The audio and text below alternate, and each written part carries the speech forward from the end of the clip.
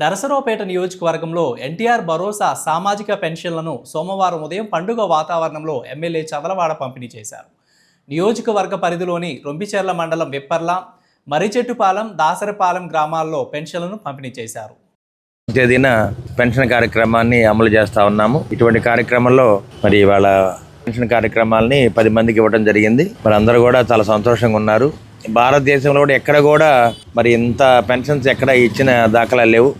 మరి ఆ రోజు వైసీపీ ప్రభుత్వంలో 2,000 రూపాయల పెన్షన్ 3,000 చేయాలంటే 5 ఏళ్ళు పట్టింది.